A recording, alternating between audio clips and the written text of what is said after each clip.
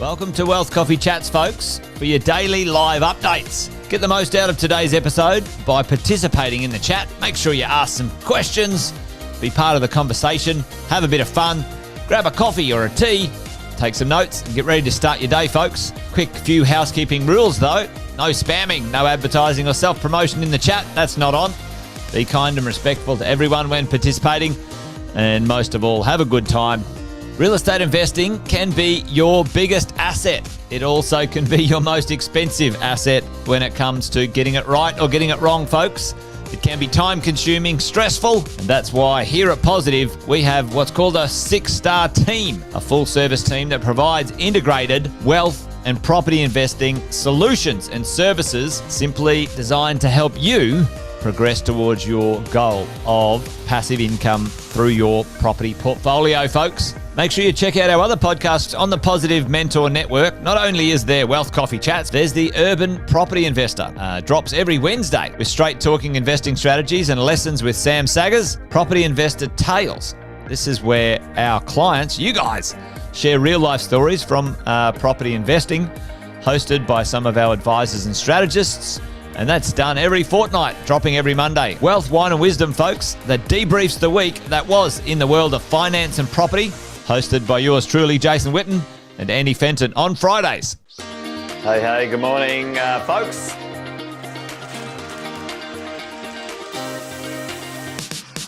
Good morning, everybody. Welcome to another Wealth Coffee Chat. Hope you're well, folks, wherever you are. There it is, team. Morning. Morning, wherever you're tuning in from today. Early bird gets the worm, they say. Here at Positive, we offer a 6-star team. It's a team that help you at every stage of your wealth creation journey.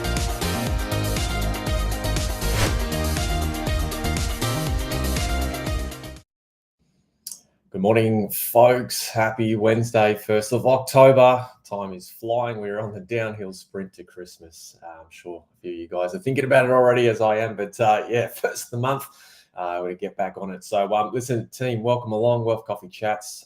Today's edition is the property management conversation. If you haven't met me before, my name is Cass Shosted, representing the group for our property management team today. And as you guys know, for the regulars, 10 past 8 on Wednesday, we come and talk all things property management, holding property in the consolidation phase of your journey. I'm going to bring on a guest of mine this morning, a bit of a freestyle chat. I said, hey, listen, bring some content for me, share with the group today, and we're going to talk about this one thing here, and it's about keeping safe by organising these 3 key items prior to handover. As you guys know, I've been doing this 14 years. I've been working with a lot of clients across the east coast of Australia. A lot of the clients we work with today buy, brand new property, whether that's off the plan, house and land packages, townhouses, etc. And there's 3 key items here that we want to share with today. But listen, I'm not going to be the one to deliver the news today.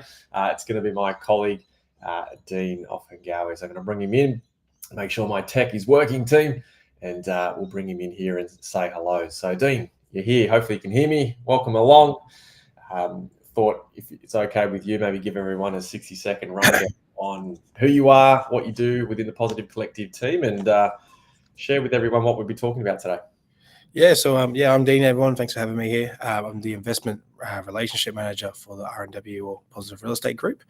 Pretty much my job is to make sure you are maximizing on your rent, keeping your property safe, and that's also by connecting you with our well-managed property management team. But yeah, that's a little bit about me. Awesome. Take it away as I sip on some coffee. So hopefully you guys got a cup of coffee. We're going to deep dive into it today. Certainly Dean's going to share with us today these 3 key items that I agree with. We should certainly get organised, understand it, ultimately to keep safe. So Dean, if there is a client on today or an investor watching this live or on replay, and they've got a house and land package, let's say, or a property off the plan, and it's due to settle in the next 30 to 60 days, what are these 3 key tips? Take us through the first one that we need to be aware of. Yeah, look, the first one, and in my opinion, is the most important one, and it also not only applies to house and land, but pretty much all properties, is making sure you have landlord insurance sorted, or you are looking into it. Okay, and landlord's insurance. Tell me more about that. What are maybe the key things that landlord's insurance covers for clients out there? Yeah, like in terms of landlord insurance, I always like to look at it as a financial safeguard net. Yep. In the case that something unwarranted damage may happen to your property, maybe in the case of a tenant or some occurrence or some rent being lost, you have a safeguard or a net to actually back you up there. And sometimes the one thing you don't want to do, especially for a brand new property, is pay for it. And sometimes that insurance can be a system in place to help cover that for you. Because look, sometimes we can't really control some things happening to our property, especially storm damage, etc. So it's always good to make sure you have that safeguard net there. Yeah, totally. I always say to everyone, it's inevitable that challenges in the investing world is going to happen, especially the consolidation period. Can only control what we can control, and as investors, we can control. Number one, getting landlord's insurance, and also to add to that, not all landlord's insurance policies are the same, which we've spoken about many times in Wealth Coffee Chat. So super important. You're looking at your policies. Reach out to Dean if you're looking for a recommendation on that. But yeah, my 2 cents would be not all insurance policies are the same. Definitely look into it. All right, that's number one. So let's. It's like you wouldn't travel without travel insurance, right? So don't rent your property out without landlord's insurance. Okay, number two, we've gone and got landlord's insurance. Dean, what's number 2 on the list? What's the second thing we need to be aware of? I would say for number 2, you're looking at engaging with a defect inspector, someone that is actually certified to provide a report prior to handover. And usually that can look like either one inspection, or you can have the first inspection and then have engaged for a second inspection, maybe a week or 7 to 14 days afterwards, just to check on those items as well. Yep. Okay, that's awesome. Yeah, getting qualified building inspectors in. Certainly I hear from a lot of investors like, can my property manager do it? What Dean and I always say to clients is, look, we certainly recommend the first one at least. Hey, Dean, the first one being via that building inspector, third party, not attached to the builder, of course, to go in and identify the things. And then obviously, depending how experienced the property managers are, we sometimes take that report ourselves and we'll go in and hand over, depending on the nature of that list. But again, team, like we sort of said with landlord's insurance, you come up with challenges through different tenancies along the way. Certainly with defects on new builds, it is normal to have items on your defect report. So nothing to be sort of fearful around. If you've got a list of 10 things on the defect report, it's quite natural for that to happen. Obviously, what's important is that you do invest in that report. You get that done, it gets identified, and depending on what you've bought or what's in the contract, there obviously are defect periods, sometimes up to 12 months in most cases. So certainly getting that done, and maybe not letting your property manager or expecting your property manager to be the builder. I said it's probably the right one. And Dean, do you have recommendations? Like obviously in your role, you're able to help clients. Yeah, 100%. And some of the positive clients that purchase for us and build, we do give recommendations. Okay. But just another thing, like it is very important. These guys are trained and certified in that field.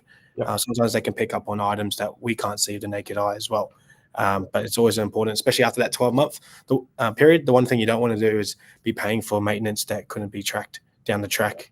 You find some weird and wacky and wonderful things in the defect period. I once saw a door hinge. It was actually installed upside down, and you wouldn't have known it to the eye, but the building inspector picked it up, and so whoever the carpenter was actually installed the door upside down. The hinges upside down. It was really weird.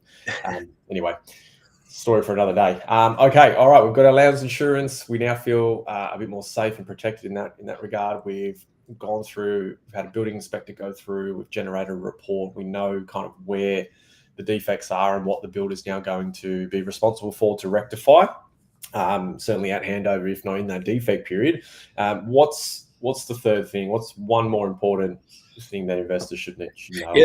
Yeah, the third thing, and I find it's a bit underrated sometimes. I see some investors not actually get it sorted. It's a tax depreciation schedule report.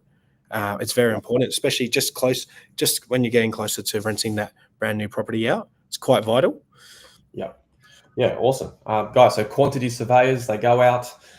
They might spend, 15, 30 minutes, depending on the property. Sometimes they'll generate a 30-year report for you. And as Dean said, the key driver for organising your tax depreciation schedule is purely for tax purposes, right? Exactly what it's called. So get that quantity surveyor in, $700-800 plus GST, depending on the provider. Certainly within the group, we've got recommendations on who we recommend and utilise for our clients as well. So certainly, if you're building or buying brand new property, investment property, then getting a tax depreciation is a no-brainer. It's very important, especially in the first year is the most crucial year for a tax depreciation report, especially when you have a brand new property, because that's when you can claim the most. You can also claim up to garden equipment and outdoor equipment as well. So that's why it's more important. You get more value out of it for a brand new build on the first year. Yeah, so it's always good. So if your property managers aren't recommending that team, listen, you might be with the wrong property managers. And of course, for us, we're really lucky within the collective team. We've got the Positive Tax guys on board to help us out and actually do the numbers for you once you generate the report. So, okay, cool. All right, well, to sum it up, kind of 3 key takeaways there. Obviously, landlord's insurance, not all landlord's insurance is the same. I can tell you, team, I've looked after many, many clients over my 14 years, and I'm sure Dean's got a number of clients that he's seen as well and helped with. And I can tell you, hand on heart, I don't think 100% of the clients I've helped over my time all have landlord's insurance. Like, it's the one thing that blows my mind. You wouldn't travel without travel insurance. So certainly landlord's insurance, not all policies are the same. Guys, invest in that third-party building inspector prior. It's a no-brainer for me. You can get the one inspection. If depending on the nature of that report, you can organise a second one. And certainly third, depreciation schedule. You want to claim the most out of that depreciation schedule along the way. So there's 3 key items. Dean, anything else to add before we leave everyone this morning to go enjoy their hobbies? I would say with those 3 items, it's very crucial to just make sure you look into that 30 days prior to settling, because it's always good to be organised, have it all in place by the time the tenant moves in. But look, with the tax depreciation schedule, that's not too urgent on that anyways. You don't have to get it done before tenant moves in, but you can still get it done just as they are moving in. But just make sure you get it done in that first year. Always recommend that. Sounds good to me. All right. There's your 3 key items, guys. Get it fixed 30 to 60 days out for handover. Get organised. Your property manager can actually help you facilitate and organise that entire process. So lean on them if you need to. I'm going to leave it there. Thank you, Dean, for coming along today, and hopefully we'll get you on in the coming weeks and make this a bit more regular. Team, any questions, any topics you guys want us to cover, as always, down below. Email address is somewhere there. Shoot me some topics. We'll certainly bring it to Wealth Coffee Chats. But don't forget, in the meantime, 8:10 tomorrow, financial planning team will be back on. So tune in for then. We'll all learn a thing or two. For now, though, we'll catch you later. Thanks very much. Thanks for watching another episode of Wealth Coffee Chat, folks. Make sure you like, subscribe, and turn on your notifications so you never miss a thing when we go live. Improve your portfolio and investing game, folks, with Wealth Coffee Chats live every morning at 8:10 each weekday. Make sure you join us. Previous episodes are also available wherever you get your podcasts, folks, as well as our other podcasts from the 6-Star team here at positivementor.com.au.